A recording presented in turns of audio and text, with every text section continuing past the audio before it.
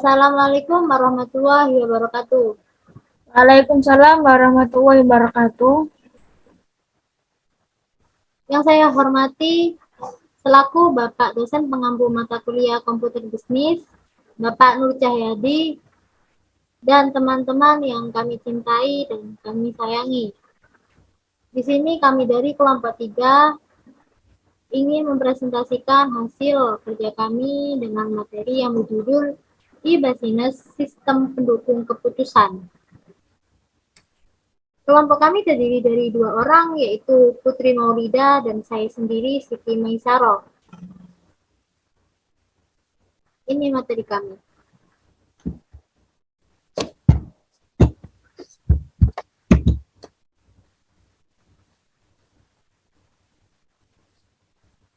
Pengertian e-business.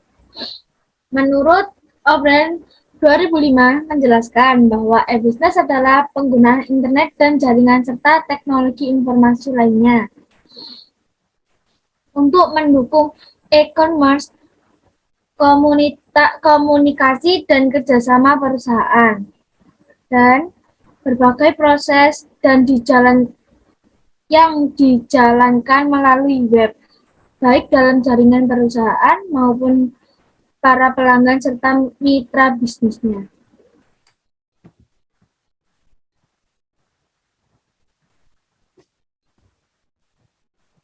Pengertian sistem pendukung keputusan. Decision Support System (DSS) atau sistem pendukung keputusan adalah serangkaian kelas tertentu dari sistem informasi terkomputerisasi yang mendukung kegiatan pengambilan keputusan bisnis dan organisasi.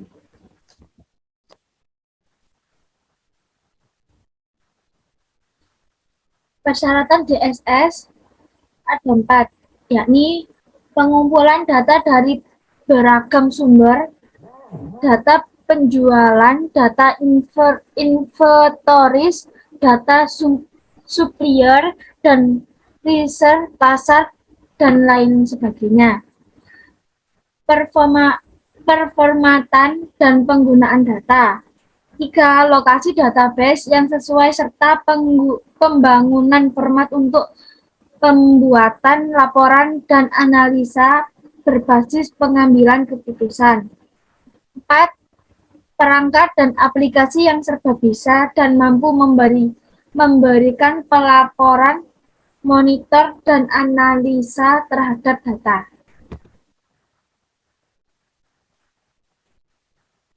Tipe-tipe DSS. Ada 4 tipe, yakni DSS model pasif adalah model DSS yang hanya mengumpulkan data dan mengorganisir dengan efektif.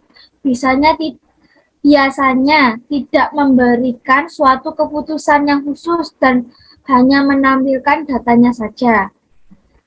Yang kedua, DSS mode aktif sebaliknya. Proses data dan secara eksplitis menunjukkan solusi berdasarkan pada data yang diperoleh. Walau harus diingat bahwa intervensi manusia terhadap data tidak dapat dipungkiri lagi. Model driver DSS adalah tipe DSS di mana para pengambil keputusan menggunakan simulasi statistik atau model-model. Yang keempat, communication driver DSS. Suatu tipe DSS yang banyak digabungkan dengan metode atau aplikasi lain untuk menghasilkan serangkaian keputusan, solusi, atau strategi. Keuangan untuk penghasilan suatu solusi atau strategi tanpa harus intensif mengumpulkan data.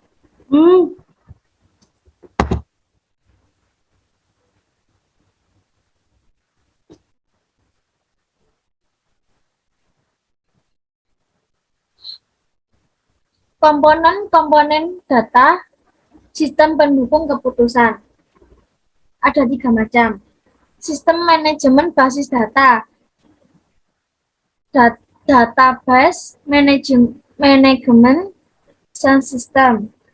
Subsistem data merupakan bagian yang menyediakan data. Subsistem manajemen basis model. Model basis management system. Subsistem model digunakan untuk pengambil keputusan menganalisis secara utuh sebuah solusi. Dan yang ketiga, sound system perangkat lunak penyelenggara dialog. Dialog generation and management software. Sistem dialog dibangun untuk memenuhi kebutuhan mekanisme kontrol selama proses analisa. Oke, materi selanjutnya yaitu tentang jenis-jenis DSS itu sendiri. Jenis-jenis DSS terbagi menjadi 2 tingkatan, yaitu berdasarkan tingkatan teknologi dan berdasarkan tingkatan lainnya, yaitu tingkatan dukungan. Kita akan berbicara berdasarkan tingkatan teknologi dulu. Tingkatan teknologi sendiri terbagi menjadi 3 SPK atau sistem pendukung keputusan. 3 SPK ini yaitu diantaranya sistem pendukung keputusan spesifik. Dilihat dengan karakteristik tertentu.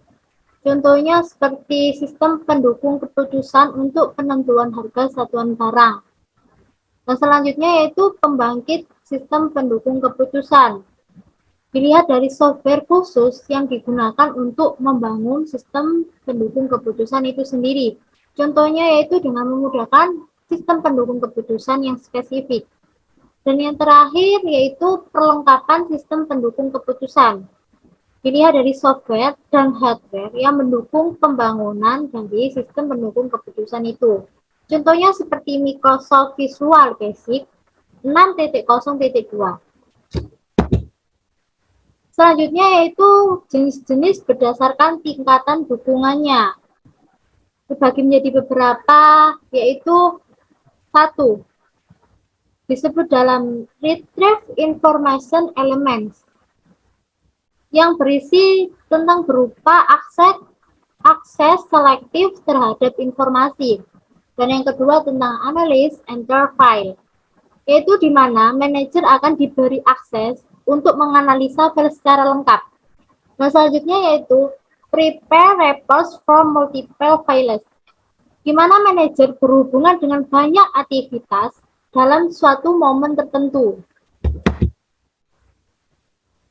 Selanjutnya itu Estimate Decision Consequence, di mana manajer dimungkinkan untuk melihat dampak dari setiap keputusan yang mungkin diambil. Dan selanjutnya Propose Decision. Suatu alternatif keputusan bisa disodorkan ke hadapan manajer untuk dipertimbangkan. Jadi propose decision ini tuh kita langsung menyodorkan suatu keputusan itu kepada manajer langsung untuk dipertimbangkan. Dan make decision yang terakhir, tahapan ini akan memberikan sebuah keputusan yang tinggal menunggu legitimasi dari manajer untuk dijalankan. Jadi make decision ini yang terakhir, tahapan ini banyak digunakan dalam pencarian informasi ini sendiri karena hanya menunggu manajer untuk menjalankan keputusan itu.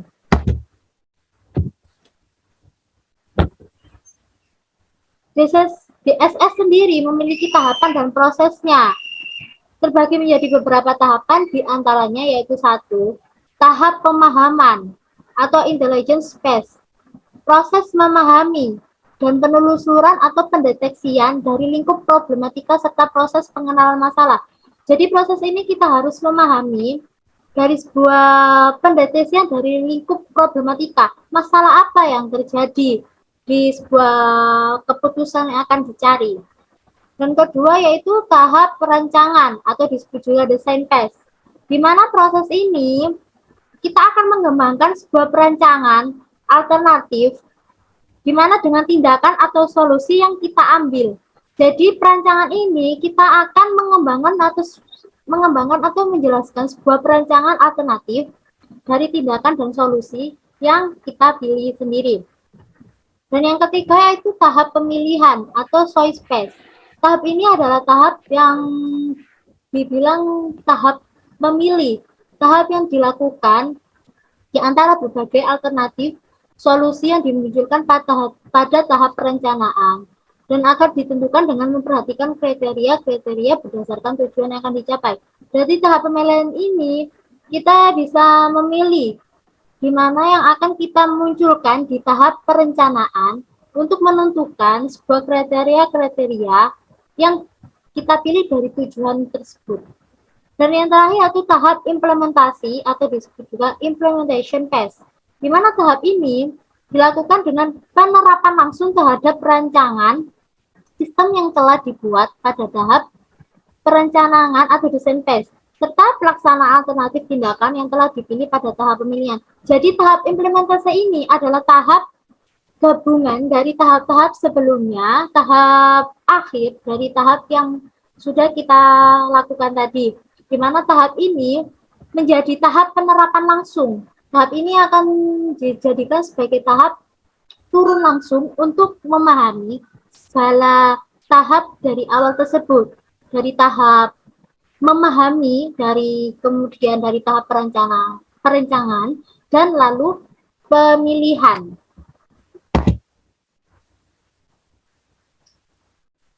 Dalam sistem pendukung keputusan ini memiliki manfaat karena kita tahu di zaman era sekarang menggunakan berbagai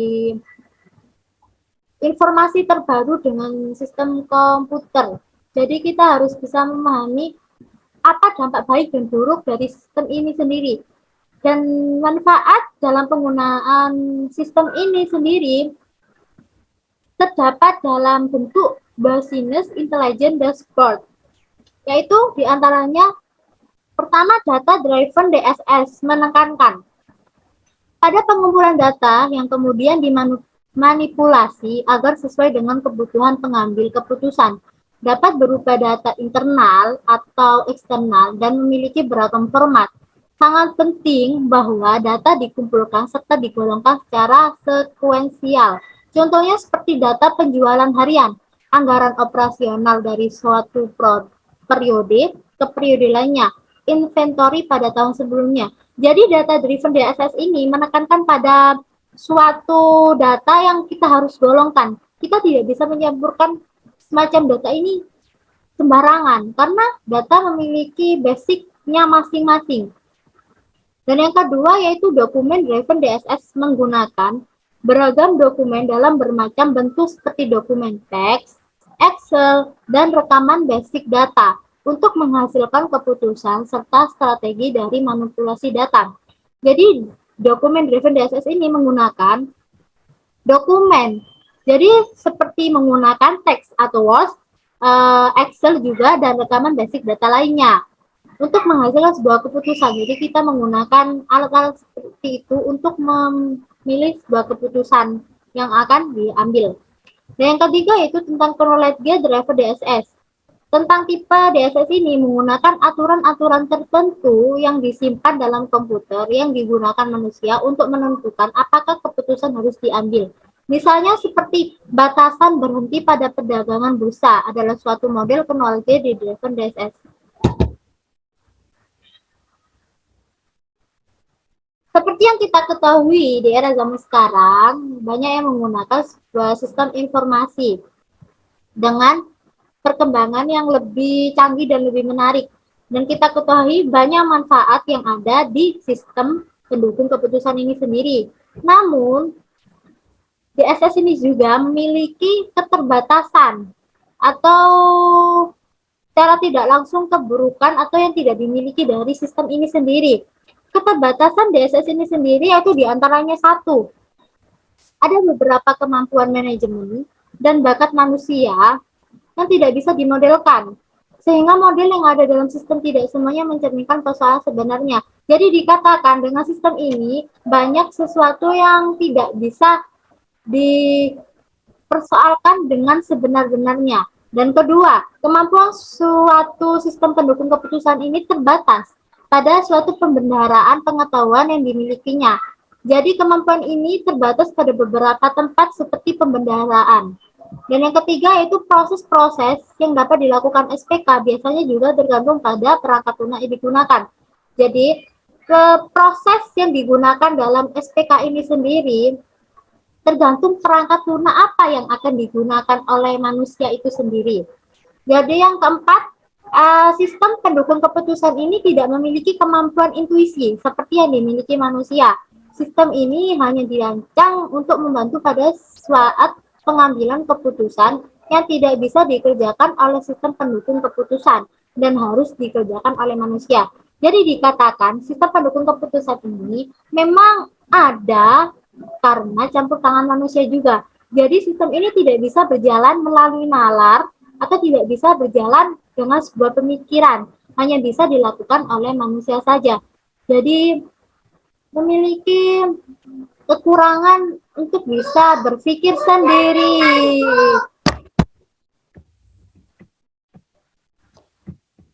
Oke, materi selanjutnya. Ini adalah tujuan DSS. Ada 4 macam. Membantu manajer dalam mengambil keputusan atas masalah semi struktur. Memberikan dukungan atas pertimbangan manajer dan bukannya dimaksudkan untuk menggantikan fungsi manajer. Yang ketiga, meningkatkan efektivitas keputusan yang diambil manajer lebih daripada perbaikan efisiennya. Yang keempat, kecepatan komputasi komputer memungkinkan para pengambil keputusan untuk melakukan banyak komputasi secara cepat dengan biaya yang rendah. Oke, jadi kesimpulan dari sistem pendukung keputusan ini sendiri yaitu membahas sebuah sistem sendiri tentang interaktif dalam mendukung keputusan dalam proses pengambilan keputusan melalui alternatif-alternatif yang diperoleh dari hasil pengolahan data, informasi, dan rancangan model. Jadi maksud dari sistem ini sendiri ada itu karena kita untuk mencari sebuah keputusan itu karena mengambil melalui alternatif dalam memperoleh sebuah hasil pengolahan data, informasi, dan rancangan model. Jadi ketika kita membuat informasi atau pengolahan data, itu dihasilkan dari sebuah keputusan yang kita ambil di sebuah informasi. Jadi biasanya seperti komputer atau database lainnya begitu.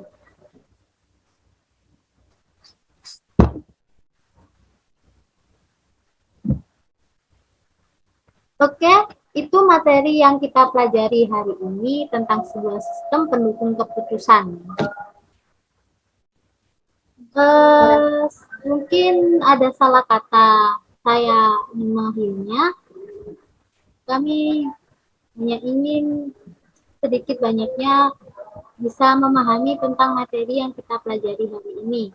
Kurang lebihnya saya mohon maaf. Wassalamualaikum warahmatullahi wabarakatuh.